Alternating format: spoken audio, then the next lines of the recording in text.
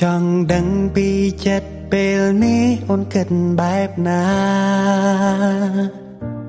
មនុស្សពីរនាក់ធ្លាប់តែត្រូវការគ្នាស្ទើររាល់ថ្ងៃវេលាកន្លងទៅបែដងអូននៅស្នេហ៍បងទេ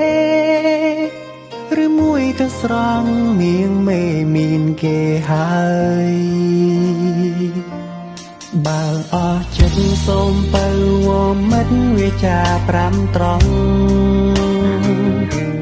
សូមកុំលាក់អារម្មណ៍បង្ខំចិត្តនៅក្បែរថ្លៃបងអាចធ្វើចិត្តបានស្របភពផានកុំបារម្ភអ្វីមេត្តាវិចារស្រដីឲ្យបងបានយល់តើឲ្យទ្រាំដល់ពេលណាតែដឹងថាស្រស់ជីវ៉ាអូនលែងអើពើរឿងស្នេហ៍នេះហើយ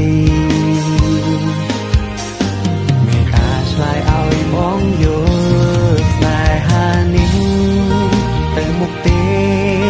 បើសង្ស្រង់នាងមេកន្តើយប្រងងាយដាក់បងឬអូនគិតកាយមានថ្មីចោលបង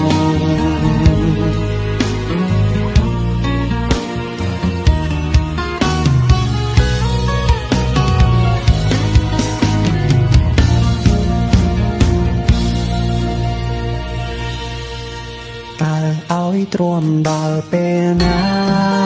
តែនឹងថាស្រស់ជីវ៉ា